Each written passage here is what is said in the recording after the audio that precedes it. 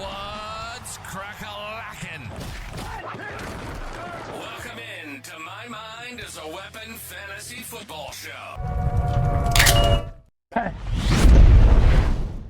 Welcome into episode 188, everybody. I am your host, SleezBall. Today's episode is going to be my Week 16 semifinals fantasy football playoffs, tight end rankings, top 30 tiers.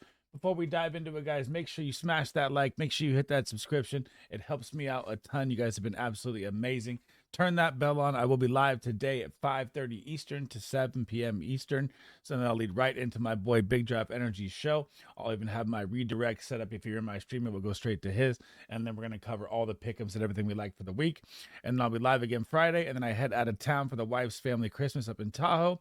So I won't be back till Tuesday. So if you guys have any questions and you cannot make any of the live shows, drop any comments you want. I will be answering them all weekend long up there with the family. As you guys, fire away questions, I'll get to them as I can with the family, stuff like that.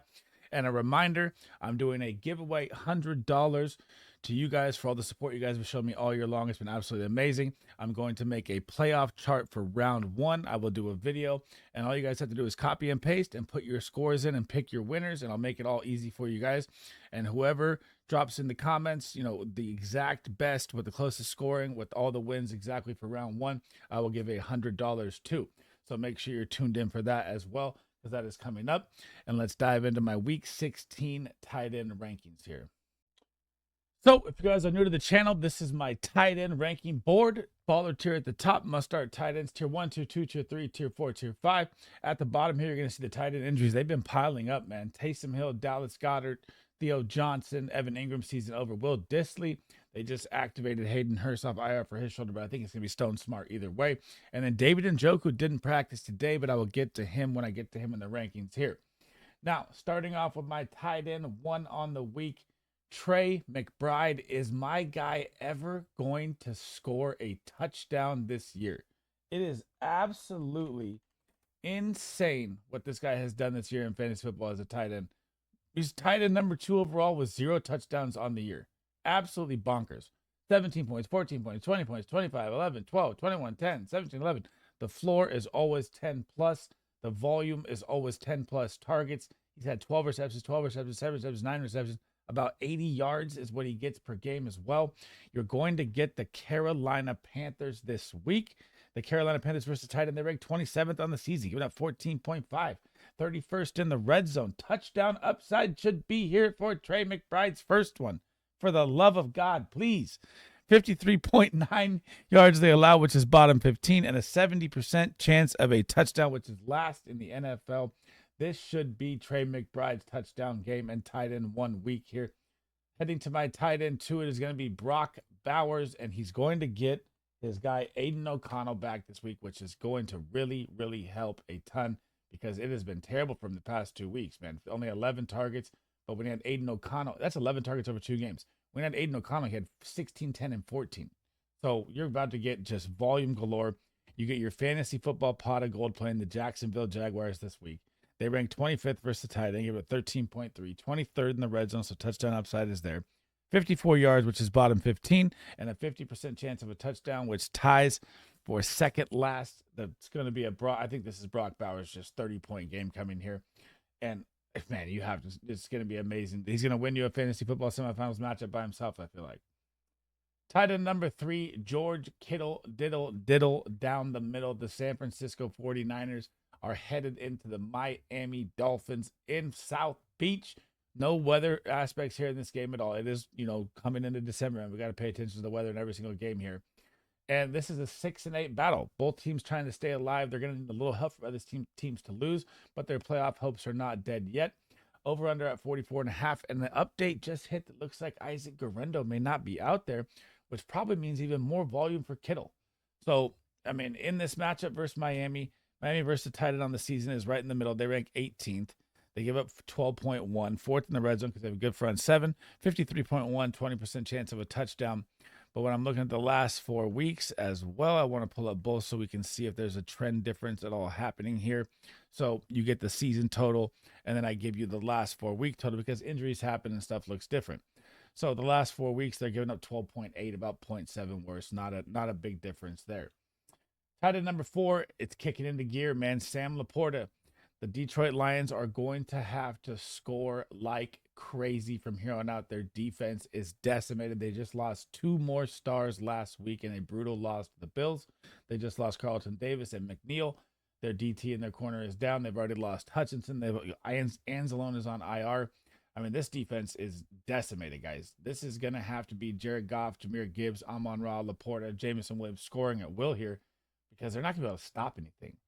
So when you're looking at this game, it's 47.5 over under. I think it's going over in this game. That's why I really love Caleb Williams. I've been talking about it all week long. And the Detroit Lions, when you look at it, so they're going up against the Bears, right? The Bears versus the tight end. If they have a weak spot, this is it. They rank 23rd, giving up 12.6, 21st in the red zone, 61.9 yards, which is bottom 10, and a 20% chance of a touchdown. And then when we're looking at the last 4 weeks, they're giving up 17.68. So they were giving up 12.6 in the season. Down the stretch here, they're giving up 17.6. That is a massive difference from the season total. You have to love Sam Laporta this week and every week going forward from here. Tight end number 5 is going to be Jonnu Smith headed into this, not heading in at home versus San Francisco 49ers. Going to be a tough matchup. You going up against Fred Warner, right? And the 49ers versus tight end, they rank second, giving up 8.8, 35.1 yards, which is second best, 20% chance of a touchdown. But there's probably going to be no Jalen Waddle in this game. I know they said he's day-to-day. That injury on the sideline looked way worse than day-to-day. He's probably going to miss a big game for the Dolphins here. And when you have Tyreek Hill and say Waddle's even out there, the matchup I don't really look at with the Dolphins because they have so many weapons in the passing game with A-Chain included that it just leaves Jonnu running free a lot. And I know he had a bad week last week to overtime and saved his week, man, but he's been killing fantasy football before then. Tight end number 6 is going to be Travis Kelce, and the Kansas City Chiefs somehow survive with Patrick Mahomes, who was supposed, quote, quote, quote, Chiefs nonsense, supposedly had a high ankle sprain week to week, and all of a sudden he comes out on Tuesday and practices in full. So you're starting Travis Kelce. It's the fantasy football playoffs. You're not going to sit your superstar tight end. I know that he's only had 9 points and 6 points in the past 2 weeks. I know the Houston Texans are good versus the tight end. They rank 6th. They give up 10.3. But where the Texans really struggle is the red zone. They rank 25th versus the tight end in the red zone, so the touchdown upside is massive here for Travis Kelce, but they only give up 38.4 yards, which is top 5. Still, he's a volume king. Hollywood Brown out there should take the top off, open up the middle a little more for Travis Kelce as well. You're starting your studs. Do not go crazy and think of starting Brenton Strange or something over Travis Kelce. Tight end number 7, Pat Freiermuth. He's been on fire. I've been ranking him higher than most people for the past 2 weeks. It's been absolute money. The past 3 weeks, I've been dropping him. He's at 18, 13, 11. He's had a touchdown in every single game. He's getting about 5-6 targets per game. You're getting the Baltimore Ravens, who really struggle versus the pass. They really struggle versus the tight end.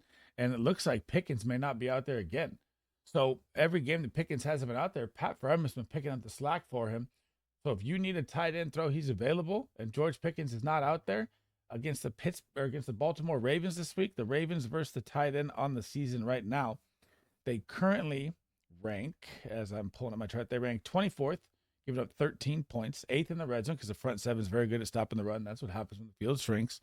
61.4 yards they give up to the tight end position, which is bottom 5 in the NFL, and a 20% chance of a touchdown. So that's 13 points on the season. In the past 4 weeks, the Baltimore Ravens versus the tight end right now, as I'm going to look at the past 4 weeks here as well. Got to switch my screen here. They are giving up 9.8. So they've gotten about, that's a big difference. They've gotten about a 4.8 difference. They're starting to cover the tight end better since the bye. They've also gotten better versus the wide receiver since the bye. The addition they got from the Rams in the trade, it's probably helping them a little here. And, getting healthier. So that really helps their defense here. But I still like the focal point. You're going to be a 30% target share without Pickens out there. I love Freiermuth this week. Sticking with that same game, Mark Andrews is going to get the Pittsburgh Steelers. Now, the Pittsburgh Steelers defense is very good. But the Pittsburgh Steelers defense, if they have one weak spot, it is versus the tight end. It's not that weak. But if they have a weak spot, this is it. 12.2, they give up a game. They rank 19th, 20th in the red zone, 50.1 yards, which is bottom 15, a 30% chance of a touchdown. And when you're looking at the Steelers in the past 4 weeks here, versus the tight end position. So let's do the season, and then let's go recent here and see what the difference is looking like. The Pittsburgh Steelers, as I'm somehow missing them on my chart, are giving up 14.33. So on the season 13, they've gotten worse in the past 4 weeks. Got to like that for the Mark Andrews starters this week heading into the playoffs here. Now, this is my bold call of the week here. Number 9, Brenton Strange. I told you guys on Twitter everything that I would rank him inside my top 10 this week.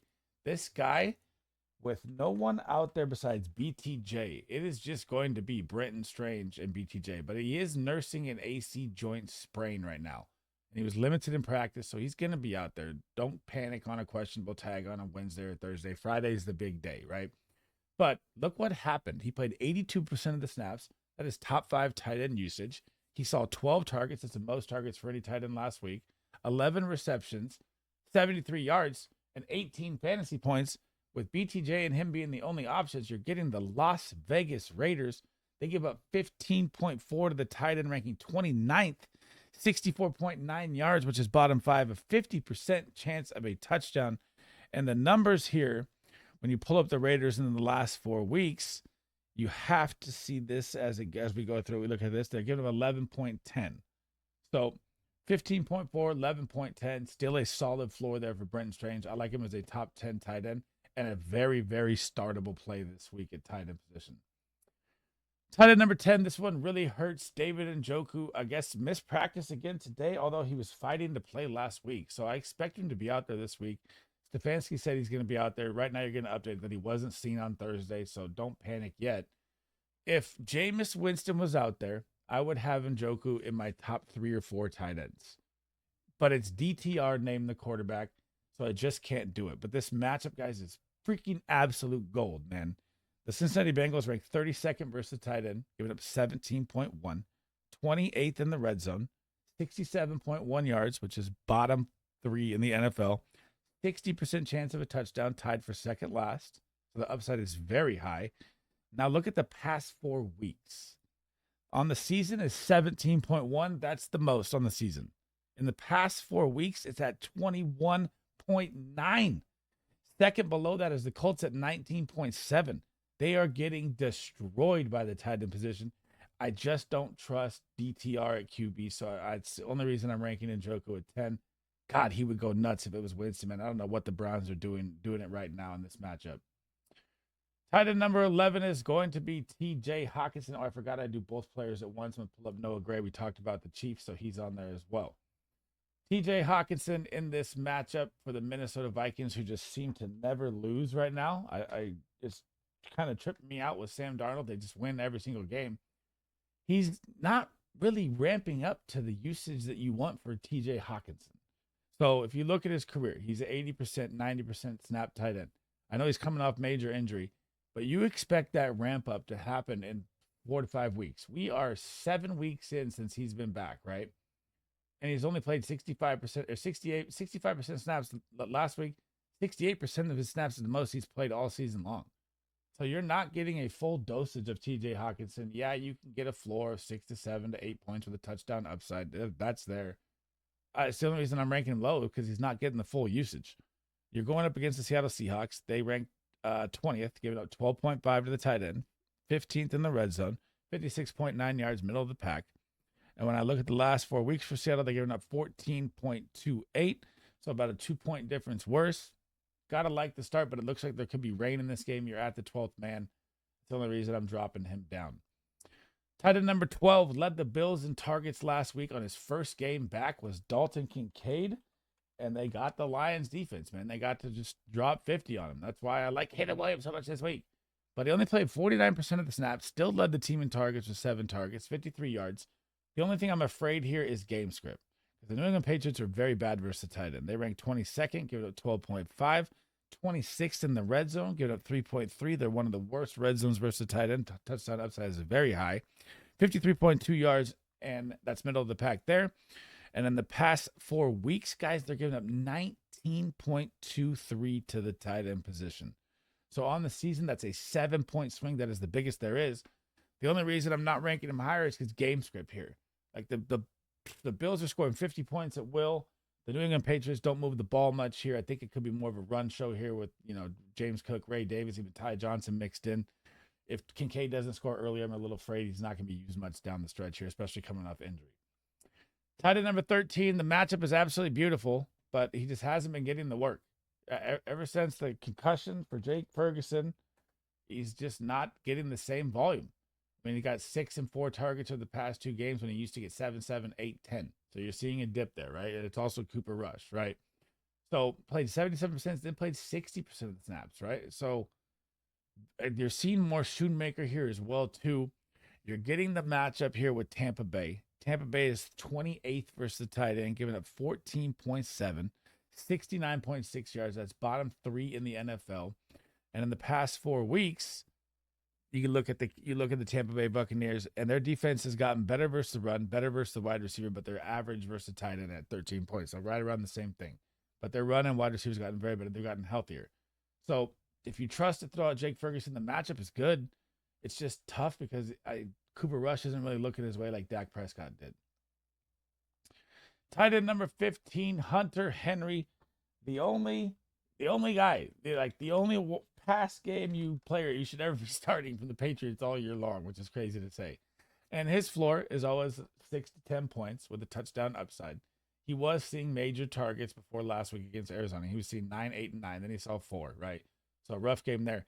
I really like Hunter Henry in this game because I think they're going to be playing from behind against the Bills.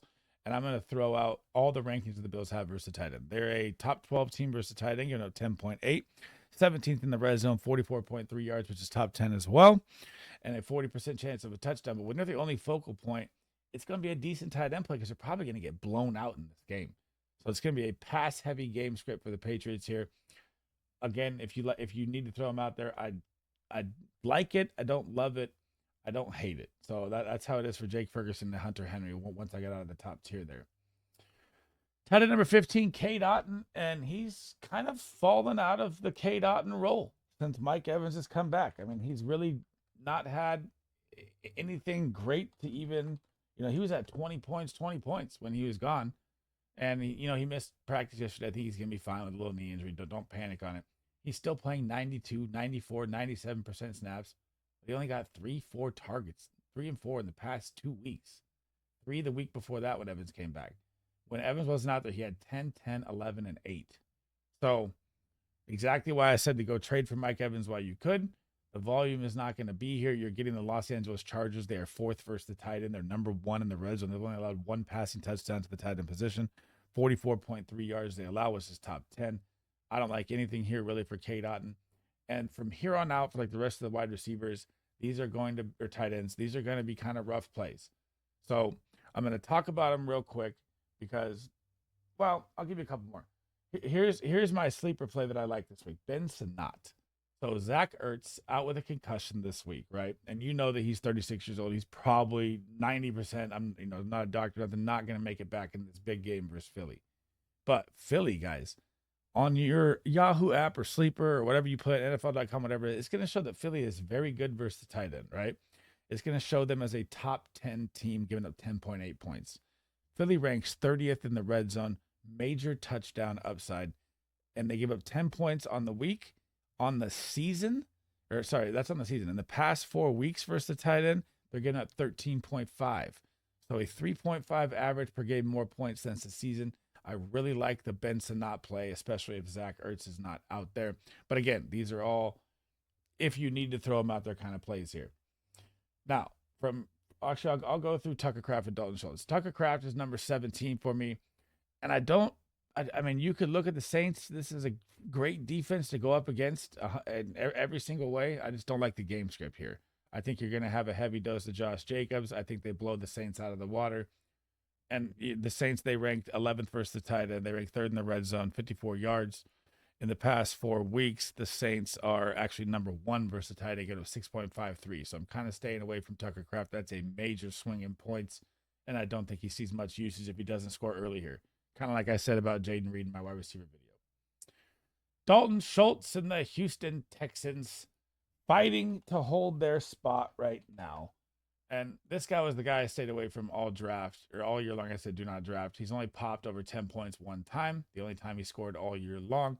last week, played 94% of the snaps, only saw 4 targets. You get the Kansas City Chiefs.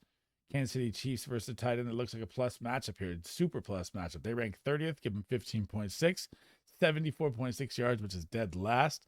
And the Kansas City Chiefs in the past 4 weeks are still giving up 15.10.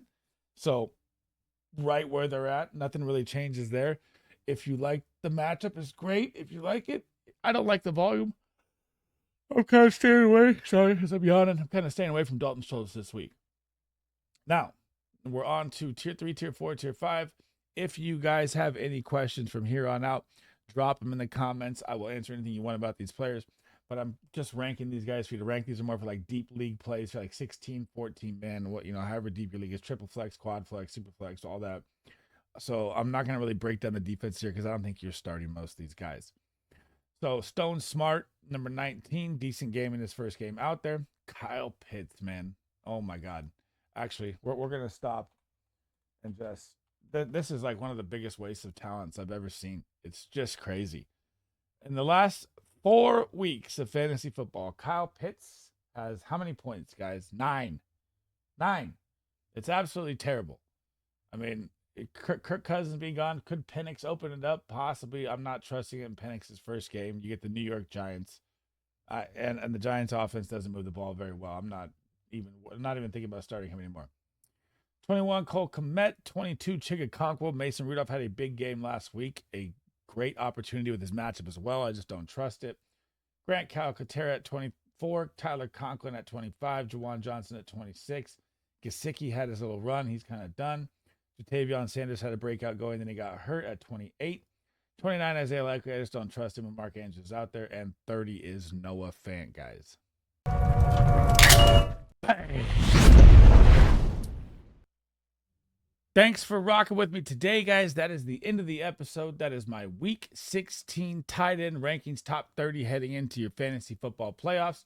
Before we head out, guys, make sure you smash that like. Make sure you smash that subscription. Turn that bell on.